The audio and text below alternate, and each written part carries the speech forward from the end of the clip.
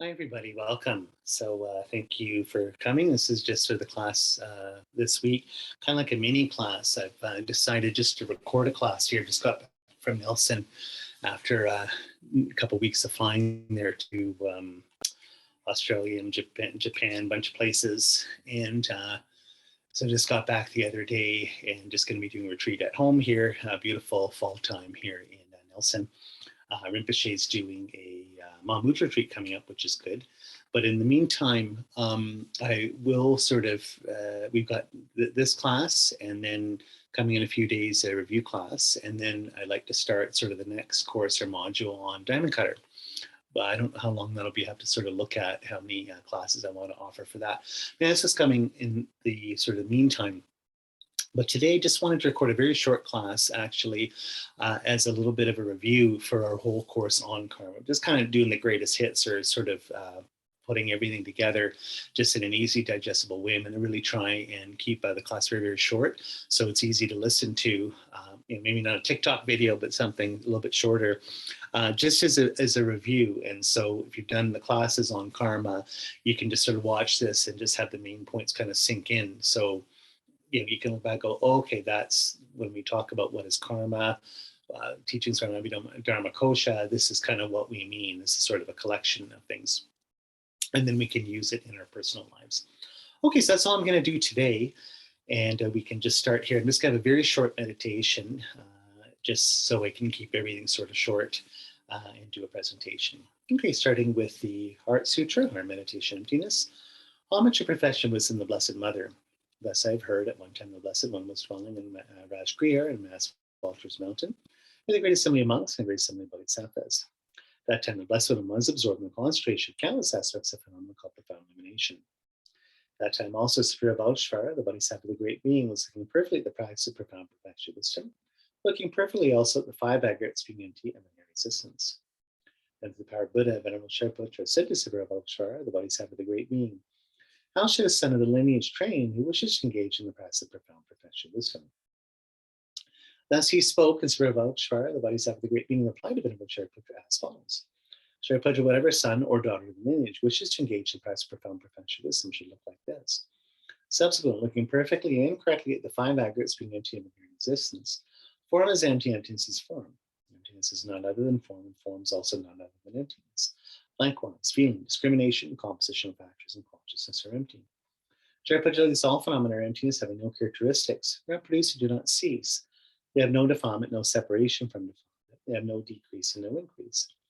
Therefore, Shariputra, in emptiness, there is no form, no feeling, no discrimination, no compositional factors, and no consciousness.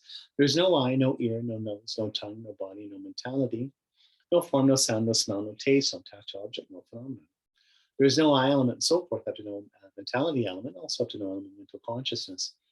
There is no ignorance, no exhaustion of ignorance, and so forth up to no reaching of death, and no exhaustion of aging and death. Likewise, there's no suffering, origin, cessation, or path, no result of awareness, no attainment, also no non-attainment.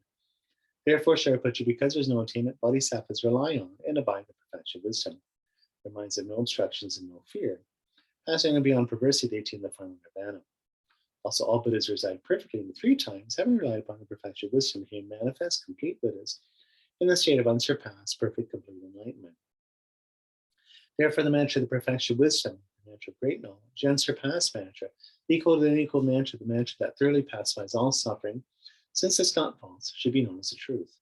The mantra of perfection of wisdom is proclaimed, Tayatam, Gada Parsam, Gada Soha. Shariputra, bodhisattva, great being, should train the profound perfection of wisdom like this. Then the Blessed One arose that concentration, satisfied by the bodhisattva of the great being, that had spoken well. Good, O Saranaj, it is like that. Since it's like that, just as you have revealed, in that way, profound perfection of wisdom should be practiced, and the Tathagatas will also rejoice.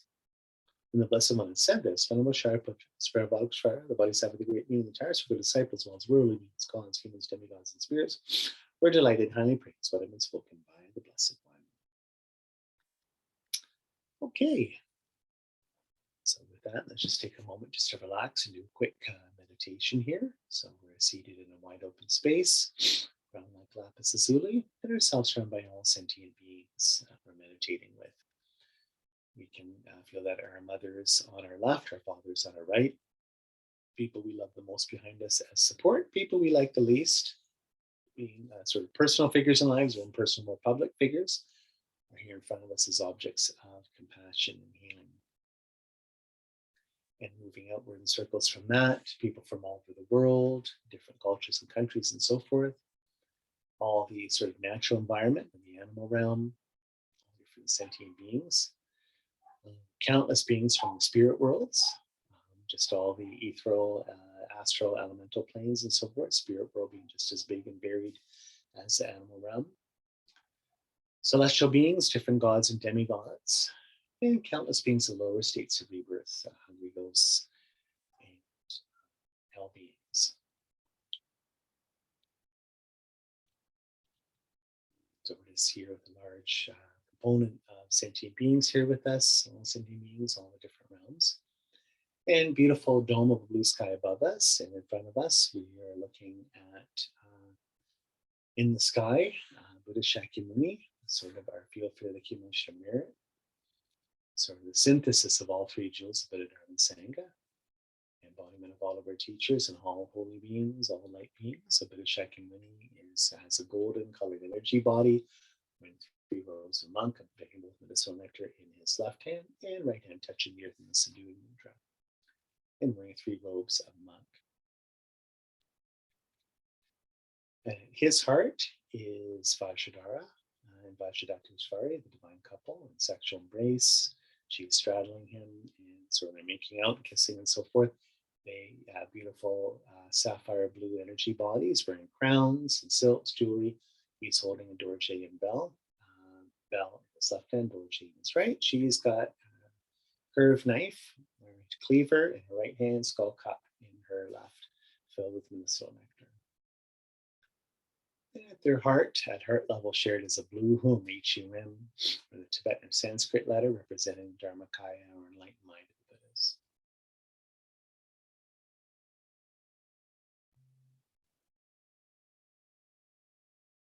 Taking refuge here, I and all sentient beings to each enlightenment, go for refuge to Buddha, Dharma, and Sangha. I and all sentient beings and to each enlightenment, go for refuge to Buddha, Dharma, and Sangha. I and all sentient beings to each enlightenment, go for refuge to Buddha, Dharma, and Sangha. Through the virtues we collect by giving other perfections, may we become a Buddha for the benefit of all. Through the virtues we collect by giving other perfections, may we become a Buddha for the benefit of all.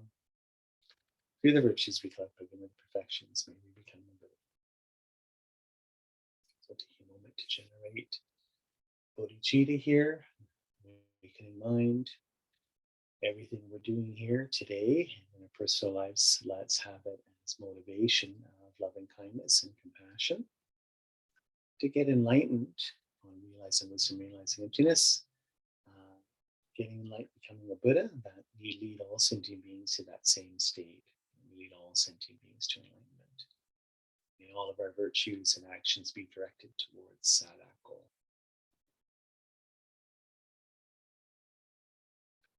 For measurables, generating love, compassion, joy, and equanimity. May everyone be happy. May everyone be free from misery. May no one ever be separated from their happiness. May everyone have equanimity, free from hatred and attachment.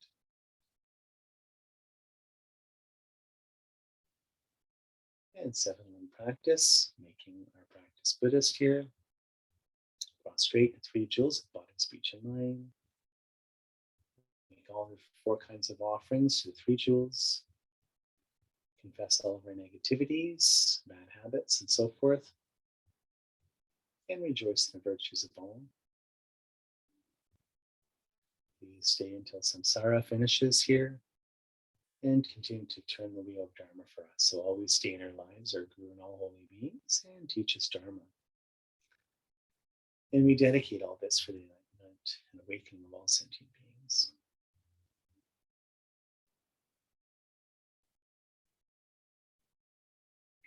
Final offering here, mandala offering from our heart.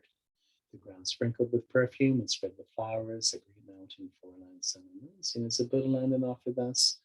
May all beings enjoy such pure lands. It's a beautiful, purified universe held at our hearts. We're offering up to all holy beings here and to Buddha Shakyamuni in particular. We send it up. And we request, please, Buddha Shakyamuni, grant us your blessings of body, speech, and mind. So at this point, Buddha Shakyamuni starts to melt into golden light, sort of inward, dissolving inward into his higher form, Sambhogakaya form of Vajradhara and Vajradhatushvari. And make it really small, about the size of a little sunflower seed or so. And beautiful blue energy radiating 5 colored elemental lights: white, blue, green, red, and yellow in all directions. And they come to the crown of our head and descend to our hearts. Let's feel that all the wisdom, compassion, and power of all Buddhas goes directly into us. Great, great bliss and spaciousness here.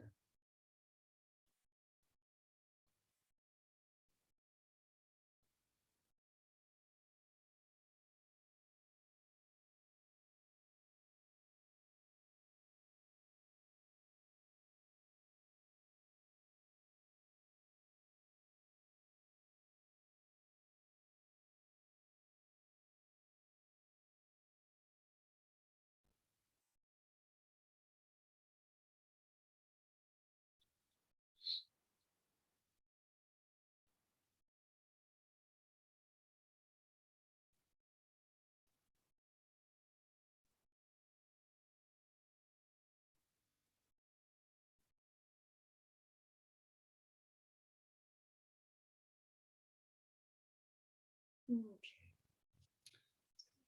Meditation here. And let's do a little review here. Karma. What is karma? Okay. So we started by looking, give a little bit of a brief introduction that we were examining. This is a ACI class, Asian Plasticity class, classic set of course here, edition Mike Roach. Course number 5, I think, on it, on karma. So taking some notes from there, just adding my own stuff here together. So starting that, the main part of this course was looking at chapter 4 of Abhidharma Kosha by famous Buddhist Saint Vasubandhu. And chapter 4 deals with karma. So Abhidharma Kosha, sort of what it sort of means here is sort of like treasury of existing things approaching, in other words, up to nirvana. In other words, the title of the work, all this wonderful Abhidharma teachings and everything from Vasubandhu is sort of a collection, a compilation of his teachings here, just on all different topics that are necessary to get enlightenment. The title being the wisdom that takes you up to nirvana, this being the wisdom realizing emptiness. So if we're talking about emptiness, we're also talking about karma or dependent arising, because they're both inseparable, both of them. So the general definition of karma is that is the movement of the mind. So we can say, sort of even divide that up. In other words, we're talking about karma, movement of the mind. Now, a lot of times we mean mental karma or thoughts, motivations, and so forth. And then we can talk about what follows from that, or what is made manifest from the movement of the mind, which is, of course, our speech and actions. And insofar as they're encapsulated within their experience, it's really all one thing. So now that we can divide karma up again into a more basic karma, which is motivating karma and motivated karma. In other words, motivating karma being the thoughts or motivations that we have. And then to motivated karma, what you do or speak after having them. So we're getting to the point where we can be sort of a little bit more aware, mindful, to see what our intentions are. What are intentions? What do we, why are we doing what we're doing? What are we doing at any moment before we initiate, before we think, before we talk, before we act? What's the intention here? Well, what do we want to do with this? So how are we creating reality, you could say? So basically, a little note here is that we're all in samsara. This is why we're Buddhists. We want to be liberated from samsara. So the sufferings of samsara is our world. Our world is made up by the true sufferings of the 4 Arya truths, true, in other words, 4 noble truths, true sufferings, true cessations, true origins, and true paths. So the first part of it is the true sufferings that we all undergo and happen in the world. Gross suffering, suffering of change, and then the pervasive suffering of being born into sort of a contaminated body of flesh and blood with delusions and so forth. That's destined to grow a little while and then start to fall apart, get sick, get elderly, and then die. So our suffering is our world. And you must have a genuine, strong understanding of where karma comes from. Otherwise, you won't be able to act based on this understanding of karma, and so you can't escape suffering. So basically, of the Four Noble Truths, the two middle ones, basically true origins and true cessations, is of understanding causes and effects. Suffering has causes, and so has effects. And if we're sort of experiencing the effects, we can sort of reverse engineer it to see where the suffering, that the effects of suffering are coming from, looking at the origins or causes, and then changing those, getting rid of them, stopping them. And that's what the fourth noble truth, fourth Arya truth, is the path. The Eightfold Path is a way of basically changing your karma, reorienting your karma to stop your suffering. 4 kinds of karmic seeds. Number 1 being nirvana, number 2 being good deed. And how did I put this? 4 kinds of karmic seeds. And then basically having virtuous thoughts, how they affect all of your mental factors. And then all your verbal and physical actions stemming from the motivation. Let's go into a little bit more detail here. So first of all, is one way of looking at good karmic seed is the first one being nirvana, which is the ultimate only good deed or sort of good seed. So we sort of nominally call this a good karma, because technically it's not an action. It's a state we put ourselves in, obviously, when we're liberated. But that's kind of nominally described as a good karmic seed or good karma, nirvana. 2, a good deed. So what is a good karma? What's a good deed or good seed for karma here? Which is basically, by its very nature, it's good. So there's 3 kinds of mental functions that you can divide this into. So the sort of good karmic deed or good karmic seed, so to speak, of having non-desire. Number 2, having non-hatred, and then number 3, having non-ignorance. So basically the antidotes to the 3 main delusions that make up samsara, of course, ignorance, hatred, and attachment. So non-desire, non-attachment is because we understand the emptiness of things, we are no longer attached to them or no longer desiring them. Non-hatred being because we have an understanding of emptiness, we no longer have hatred. And because non-ignorance, of course, having understanding of ignorance means we have wisdom, which is the antidote to ignorance. Okay, then we can further divide up is the good act or good karma of avoiding negative actions, bad karma, bad deeds, for reasons relating to yourself. So basically shame and embarrassment. Shame and embarrassment before yourself, having your own sense of personal integrity or dignity that you don't do bad things to make yourself suffer. You have enough sort of spiritual moral character, and the shame and embarrassment come with that, where you want to be more upstanding in front of yourself. And then the second one being avoiding deeds due to reasons relating to others, which is consideration. So always having the virtuous mental factor consideration, and that's a positive karma.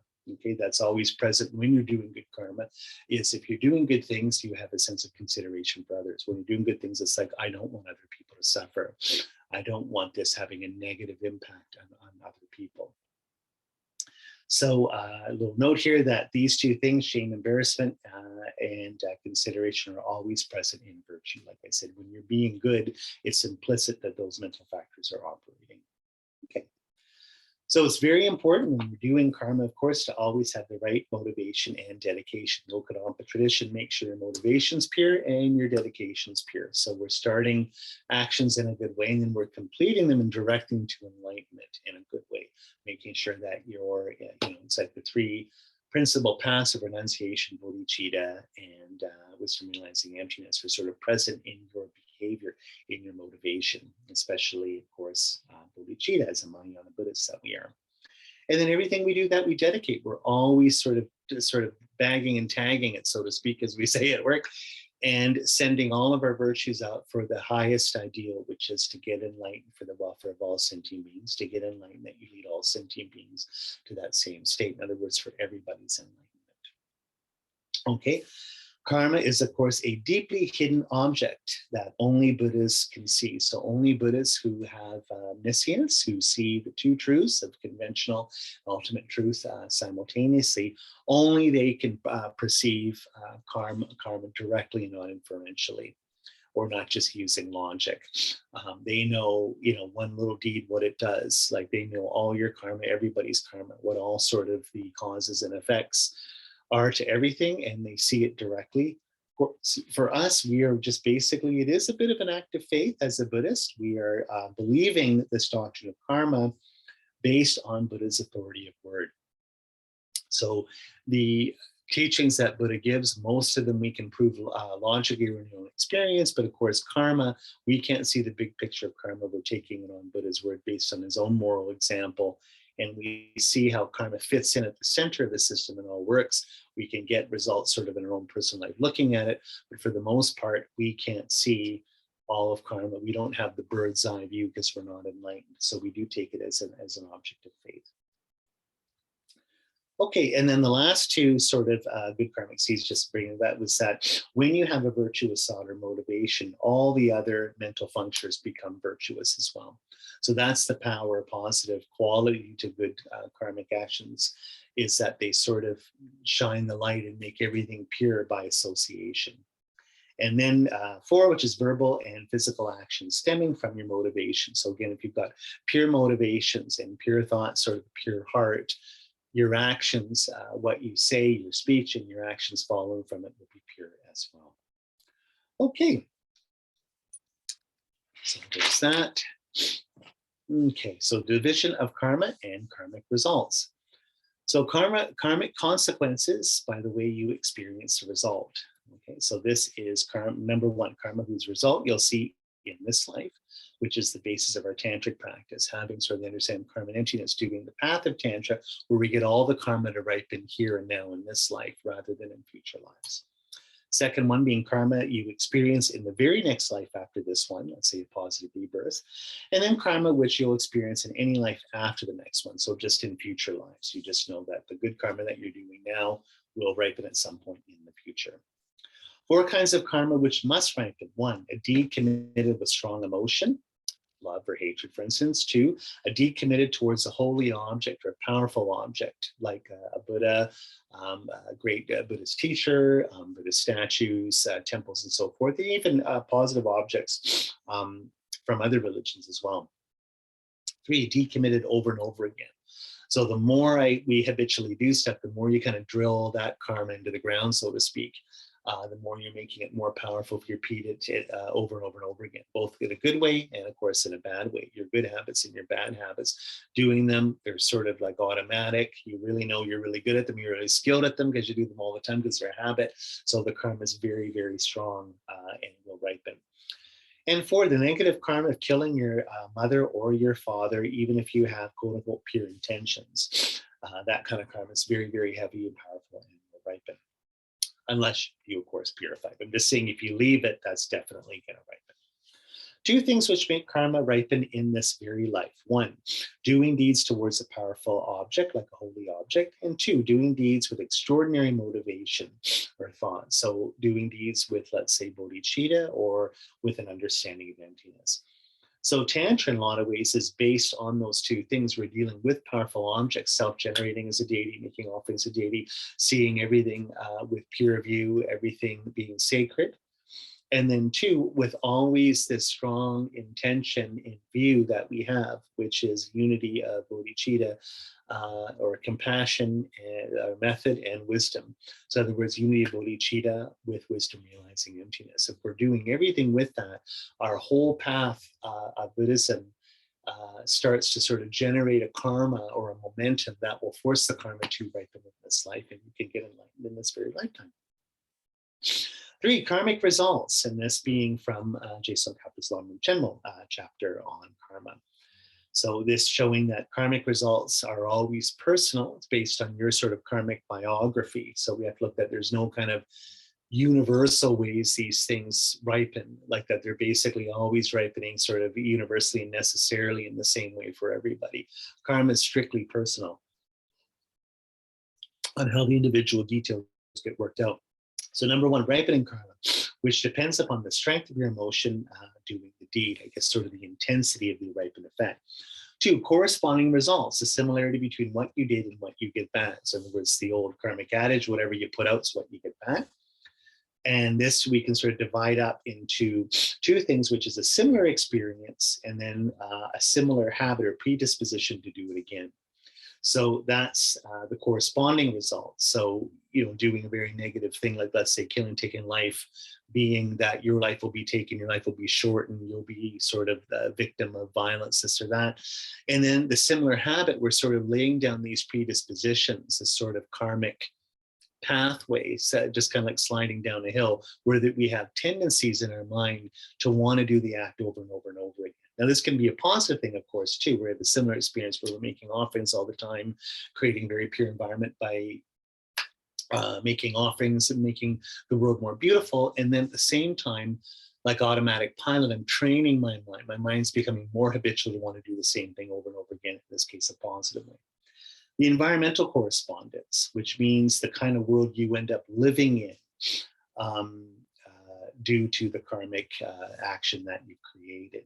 So if I'm a person that kills a lot or takes life, I end up living in a dangerous place where my life is in danger, for instance. Let's say I'm a person who lies a lot, I end up living in a world or being in situations where people are very, very dishonest, let's say. I have a lot of harsh speech, I end up in the environmental correspondence, I live in a very sort of barbed, sharp, bad place, or they say even kind of like you might live in a place where there's a lot of thorns or there's a lot of dangerous qualities or uncomfortable qualities to your experience of the world that you end up living in. Okay, something that makes an object special karmically, having sort of like when we're behaving towards a certain object, what makes that object, like is it, if it's a powerful object, our karma will be more powerful taking that object as a target. So what makes an object special and more karmically powerful? One, it being a higher form of life, for instance, a human compared to an insect. Two, being in a serious state of suffering. So someone dying cancer, someone being really depressed, they have more of a karmic, I guess, resonance, where if we do good things towards them, it's very good karma, or even bad things. If someone's weak and sick and I hurt them really bad, then there's even more sort of a greater karma with that. Three, special because they gave you great assistance in the past, for instance, like your mother and father, family members, teachers, and so forth. And for a higher being, a being with great spiritual qualities, like a Buddhist saint, Lama, Buddhist teacher, so forth, great healer, maybe even a shaman or someone who has special spiritual qualities. Two, karma caused by, I should say another next sort of section here, karma caused by a lack of understanding of emptiness. So basically this is the whole karmic pathway, how being in samsara, being in a state of ignorance, we end up creating karma or creating the world of suffering that we end up living in. So how is this possible? Number one, we start with a seed from the past where things appear as self-existent. This is sort of the primordial state of ignorance we're all in, sort of as we come into this life. Two, and there's two kinds of ignorance that come to mind as a result. In other words, that grasp the self-existence of persons or grasp the self-existence of things or phenomena. Self-existence being may appear separate from me and outside of any relationship with anything else.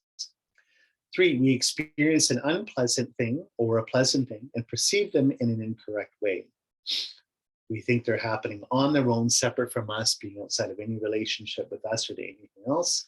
But basically, they are, of course, just our own projections or experience.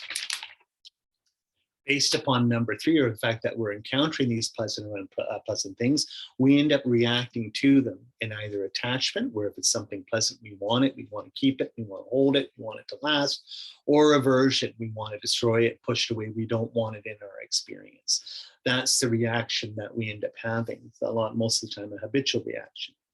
So the thing is that we act on this sort of attitude or predisposition, and so we start creating more karma.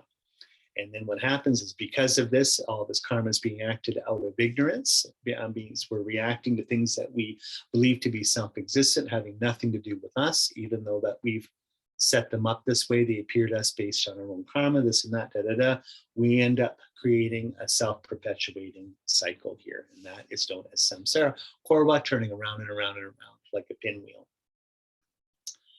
So breaking this down, what is a karmic path? What is a karmic path of action? When we're talking about projecting karma, creating karma, what is it? Well, karmic paths, when we're creating karmic actions, one, start with an intention.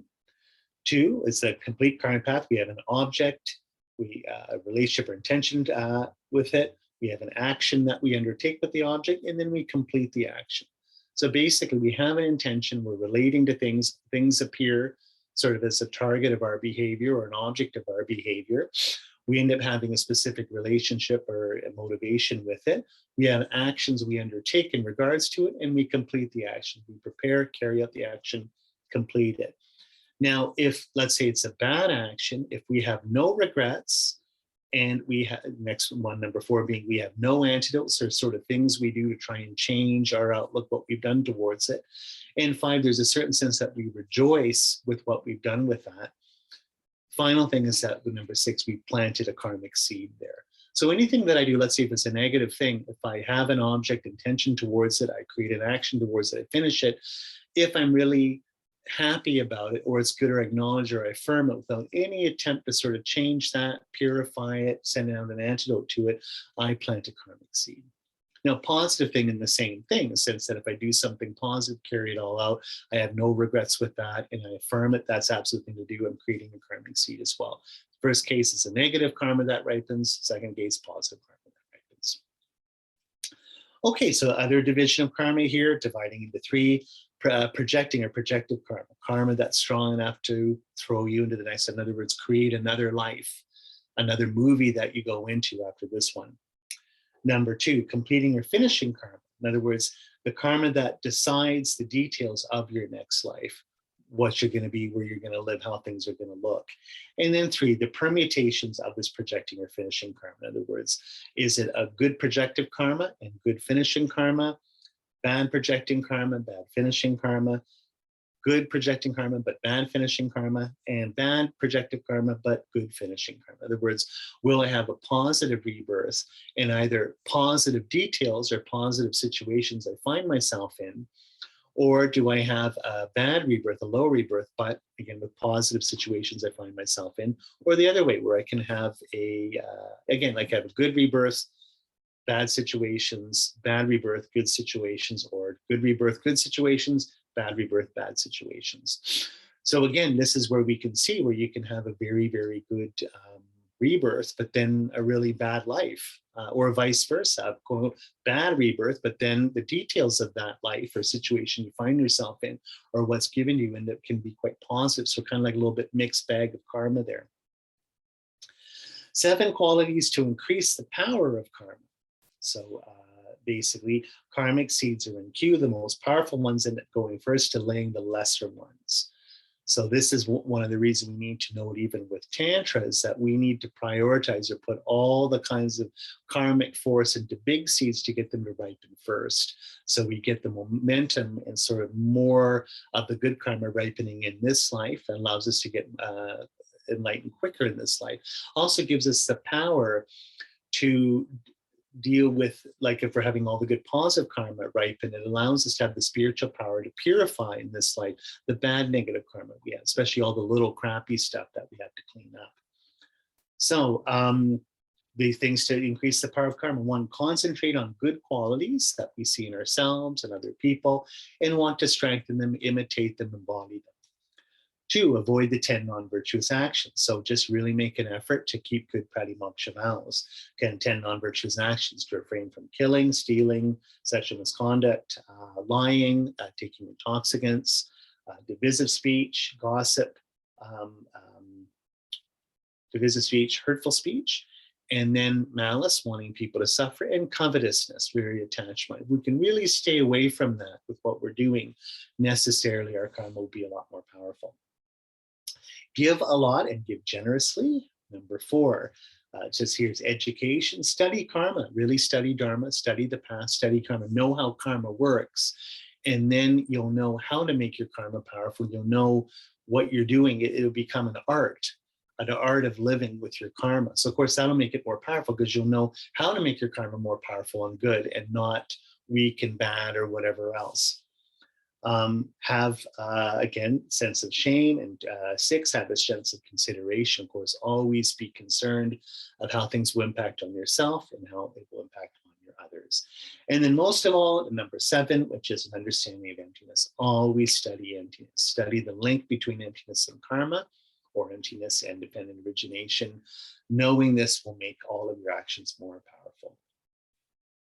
Okay, qualities of giving that make karma more powerful. These ways of making karma powerful, of course, we said give generously. So how can I even increase the power of my generosity? Which is one, always give with respect, sort of integrity, sort of a grace when you give. Two, give what's most needed at the best time. So what's the best kind of gift and when we can give it at the best, most appropriate time. And three, staying away from giving things that harm or can be used to harm people. And finally here, it's just, we concluded our last class, which is on the 4 opponent powers. So again, this is our powers of purifying negative karma, okay? So anytime we just want to start purifying or cleaning out all the bad karma in us, we use the 4 opponent powers, which is number 1, the foundation force, number 2, the destructive force, number 3, the restraint force, and number 4, the antidote, okay? So the foundation force, the ground of our practice, the ground if we fall down to push ourselves back up, of course, is relying on the 3 jewels of Buddha, Dharma, Sangha, even just recognizing your own Buddha nature, your own divine center here, that your mind is empty and can be anything. So you can always restart. You can always clean up. Your mind has no nature. So all the dirt on it is what you've put on it. And so because it has no nature, it can be anything, which means you can clean it up. You can purify your mind. You can purify karma. Karma itself is empty. So it can be anything. It's just action. It's just actions of the mind. It's just those seeds. You planted them, you can pull them out of the garden if you want, okay? So the destructive force, which is basically using some kind of purification, well, anti-destructive force, and that being like I need, first of all, regret. I have to see what I've done as harming myself and harming others. So it's something I regret doing, not I feel guilty about, but I regret. And it's something I want to get rid of and want to clean up. And then I use an antidote, which is a specific holy thing to do. Like, for instance, reciting holy names, mantras, studying scriptures, meditating, giving to charity or whatever, anything sort of a positive energy as a medicine to make up for what I did or restore or purify what I did was wrong. And then the strength for it is always to try to create the good habits, really make an effort not to fall back into the same kind of bad habits or to make the same mistakes twice. And so that's sort of a whole art of really sort of learning to purify your mind, right? 4 opponent powers. So finally, just to keep this in mind here, just before we go, is just an interest, sort of a quick little breakdown of how karmic karma works. So one thing that we're doing, of course, as in our whole Buddhist spiritual education or path, is we're always studying emptiness and karma.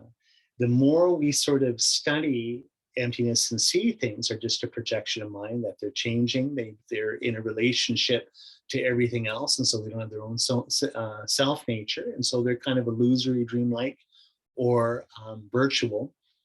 This allows me to sort of go back and forth between this understanding, a little bit of an experience, like a glimpse of emptiness in my regular everyday life where I'm kind of deluded, stuck on things. And the educations, they get better and better. It's like a skill acquisition that I'm getting, just like golfing or something, get better and better and better the more I practice. The more I'm changing my mind and perception, the more I'm going from my habitual mind of seeing everything as being inherently existent, separate, dualistic from me, to I start seeing more and more based on my own education. The more I'm learning, the more I'm practicing, things will more and more start to look empty, start to look more dreamlike, start to look more a product of my own mind, right? So we less and less, sort of all get sort of sucked into samsara or thinking that things are inherently existent less and less. And this is based, of course, on our own morality, the famous sort of adage of your morality is your reality. The better I am as a person, the more positive energy I have, the easier it is for me to do this, the easier it is for me to have a pure world and to see things as being pure. And that's why with the 3 higher trainings in the intermediate scope of LamRim, it is ethics, concentration, and wisdom realizing emptiness, and being the 3 things that get you out of samsara.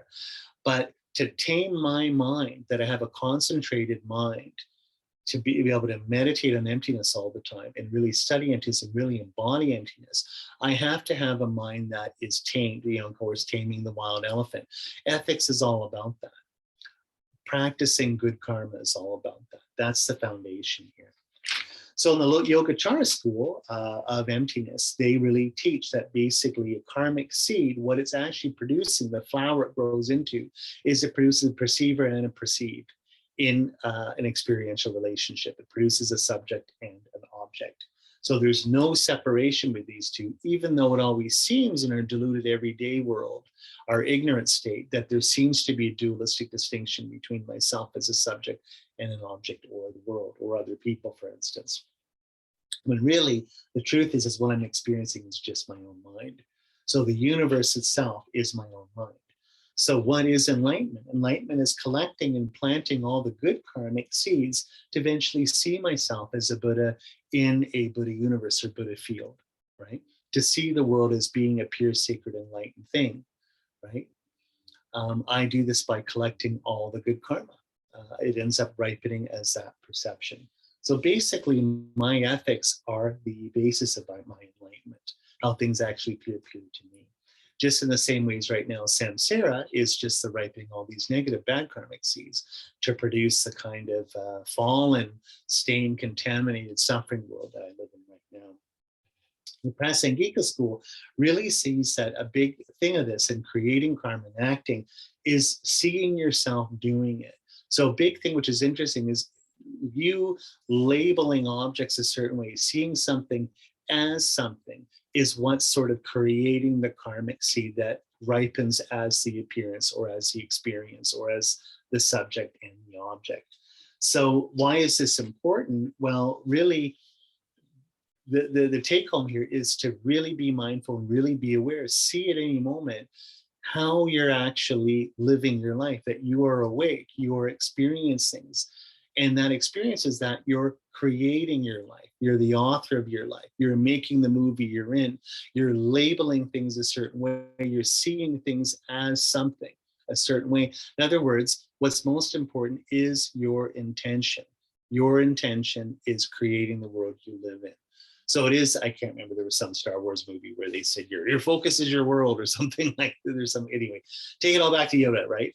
Good old Yoda. But nevertheless, that's true in the sense that all this is starting with is your mind, your intention, your motivation. And what you get is the projections and experiences that come from that. So studying karma, understanding karma, seeing how karma works. It's like my first teacher, Genkel Singh Tarshan, when we were studying Lojong back in 1995, he always said, this is the first time understanding how your mind works, how to turn in Lojong lemons into lemonade, how to see everything as just being your mind, and even taking negative things that happen to you as a force of spiritual development. You'll get into understanding karma. And he said, this is the first time in your life where you will ever be free. Which brings me to the famous quote from Hegel that Marx took up. Hegel said, freedom lies in the recognition of necessity. Of course, Marx is the same thing, but of course, in a bit of a different sense. But what Hegel meant by that is your freedom lies in seeing how you are necessitated or determined or pushed along by things that seem outside of your control, right? In other words, your own habits, your own context or anything. You have to sort of see how all that's making you who you are, the things that seem outside of your control. And once I see what they are, I take them within my control, right? I end up affirming them. I see how they're a part of me, and they're a part of me, and I'm a part of them, and they go vice versa. You break down the duality there. So it's the same thing as that. Let's see the freedom of recognizing necessity. Let's see the freedom in karma, how I'm necessitated by my bad habits and good habits. I'm pushed along by all my karma of the past. That allows me to own it and then change course, to be free in this moment, to make the choices I need to make to put me in a better place, which ultimately is nirvana. Okay, that's that. Thank you for showing up. This is, I think, a little bit longer than I wanted to go, in being a bit of a longer class, longer review, but thank you for attending. And we'll just take a moment again, just reflecting here on karma. We tried to have a good intention here. Let's have a good dedication. Everything that we do here together, let's put this towards the enlightenment of all sentient beings. So blessings of all holy beings, the truth of karma, the power of peaceful intention, and all their dharma wishes be fulfilled. Okay, thank you, and see you next time.